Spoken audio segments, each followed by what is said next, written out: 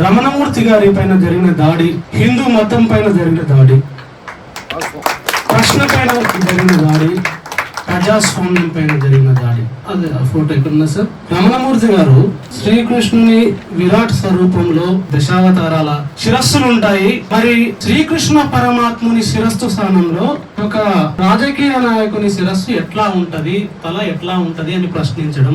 నిజంగా దాడి చేసిన వ్యక్తి శ్రీకృష్ణుని భక్తుడా, లేకపోతే ఇక్కడ తల ఎవరైతే పెట్టారో ఆయన భక్తుడా? ప్రశ్న ఏంటి, ఎవరి భక్తుడు? నిజంగా ఇది చూడగానే హిందూ మతంలో పుట్టిన ఏ బిడ్డకైనా ఆక్రోశం వస్తుంది, ఆవేదన వస్తుంది. ఫర్ సపోజ్ ఏదైతే రాజకీయ నాయకుడి తల ఉందో అక్కడ, అదే ప్లేస్ లో వేరే రాజకీయ నాయకుడి తల ఉంటే ఇప్పుడు దాడి చేసిన వ్యక్తి ఏం చేసేవాడు? రమణమూర్తి గారి మీద దాడి చేసిన వాడు ఎట్లా స్పందించేవాడు? ఎవరు అన్నారు కింద నుంచి, రాహుల్ గాంధీ గారి తల ఇక్కడ ఉంటే ఆ వ్యక్తి ఎట్లా స్పందించేవాడు? ఆ వ్యక్తే కాదు, ఈ సమాజం రమణమూర్తి గారు, రాహుల్ గాంధీ బొమ్మ ఉన్నా, ఇంకెవరి బొమ్మ ఉన్నా, మోడీ గారి బొమ్మ ఉన్నా హిందూ మతానికి అలాంటి నష్టం చెయ్యొద్దు అని మాట్లాడతారు. చాలా రేషనల్ గా ఉంటారు, చాలా నిబద్ధతతో పనిచేస్తున్నారు. ఆయన నిజంగా హిందూ మతానికి ఈ శతాబ్దంలో, నేను బల్లగుద్ది చెప్తున్నా, మార్క్ మై వర్డ్, ఈ శతాబ్దంలో హిందూ మతానికి కవచ కుండలాల్ని తయారు చేస్తున్నారు రమణమూర్తి గారు. Hindus for plurality and equality, బహుళత్వం కోసం, సమానత్వం కోసం హిందూ మతం, ఇగో ఇదే హిందూ మతాన్ని కాపాడుతుంది. హిందూ మతంలో ఉన్న వైవిధ్యం, అనేక భాషలు ఉన్నాయి, అనేక ఆచారాలు ఉన్నాయి, అనేక సాంప్రదాయాలు ఉన్నాయి. ఇగో అన్ని సాంప్రదాయాలు రంగురంగుల పూల లాంటి పూతోట హిందూ మతం. అది అట్లా ఉంటేనే అందంగా ఉంటది. ఇందులో సమానత్వం ఉండాలి. ఒక భాష మీద మరో భాష, ఒక కల్చర్ మీద మరో కల్చరు, ఒక కులం మీద మరో కులము దాడి చేయకూడదు, అందరూ సమానంగా ఉండాలని ఒక గొప్ప భావనని, ఇది ఈ సెంచరీలో గొప్ప భావన. దీన్ని నిలబెట్టుకున్నప్పుడు హిందూ మతం ముందుకు పోతుంది. అలాంటి గొప్ప భావనని ముందు తీసుకొచ్చారు. సనాతన స్పెక్ట్రమ్ T10 లో అనేక ఇంటర్వ్యూలు ఉన్నాయి, మీరు చూడొచ్చు.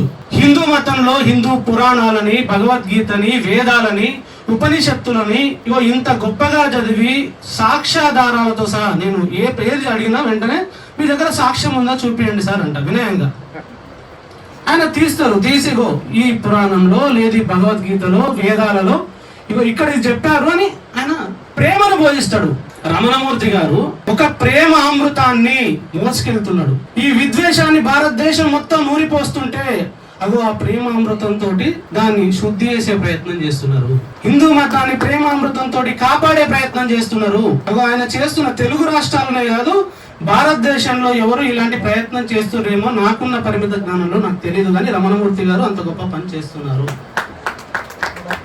నిజంగా రమణమూర్తి గారు చెప్పారు, రామ మందిరంలో విరాళాల్లో దొంగలు పడ్డారు.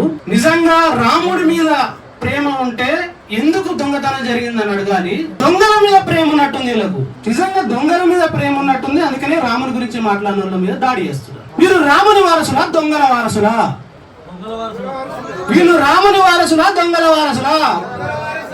కాగా ఆ దొంగల వారసుల పట్ల జాగ్రత్తగా ఉండాలి. వినాశన ధర్మం కాదు, సనాతన ధర్మాన్ని ముందుకు తీసుకెళ్దామంటున్నారు రమణమూర్తి గారు. తెలుగు రాష్ట్రాల్లో చేస్తున్న ఈ కృషి, నిజంగా రామ మందిరంలో జరిగిన ఏదైతే దొంగతనం ఉందో, ఆ దోపిడీ ఉందో, దాని గురించి మొత్తం నేషనల్ మీడియా మొత్తం చూశాను. రమణమూర్తి గారి లాగా స్టడీ చేసి ఇంత డీప్ గా డీటెయిల్ ఇచ్చిన వాళ్ళు ఎవ్వరూ లేరు. సనాతన స్పెక్ట్రమ్ ఇంటర్వ్యూ రీసెంట్ గా జరిగింది, చూడండి. 1980ల నుంచి 2026 వరకు ఏ సందర్భంలో ఏ ఘట్టం జరిగింది. నిజంగా ఎవరు ఒక 5 నిమిషాలు మాట్లాడితే బోర్ వస్తుంది, ఆయన 2 గంటలు మాట్లాడినా వినాలనిపిస్తుంది. సబ్జెక్ట్ మాట్లాడతాడు, సమాచారం ఇస్తాడు. అంత శోధించిన వ్యక్తి, అంత మేధావి, అంత ప్రేమను పంచే వ్యక్తి, అన్నిటికంటే ముఖ్యంగా ప్రేమను పంచే వ్యక్తి. ప్రేమ మీద ఈ విద్వేషం ఎప్పటికీ గెలవదు, ప్రేమనే గెలుస్తుంది. ప్రేమని పంచుతున్నారు. నాకు ఆ సోదరుని మీద విద్వేషం లేదు అంటున్నారు, అతన్ని క్షమాగుణాన్ని ప్రదర్శిస్తున్నారు. ప్రేమకు మించిన హిందూ మతం ఏముంటది? ఏ మతమైనా ప్రేమకు మించిన గొప్ప లక్షణం ఏముంటది? ఆ ప్రేమను మోసుకెళ్తున్న ఒక గొప్ప బాటసారి. ఆయనకు చిరు సహాయంగా, ఉడత సహాయంగా ఆయన బాటల్లో ముందుకు నడుస్తున్నాం. తప్పకుండా ఇలాంటి విద్వేషం జరిగినప్పుడు ఊరుకునేది ఏముండదు.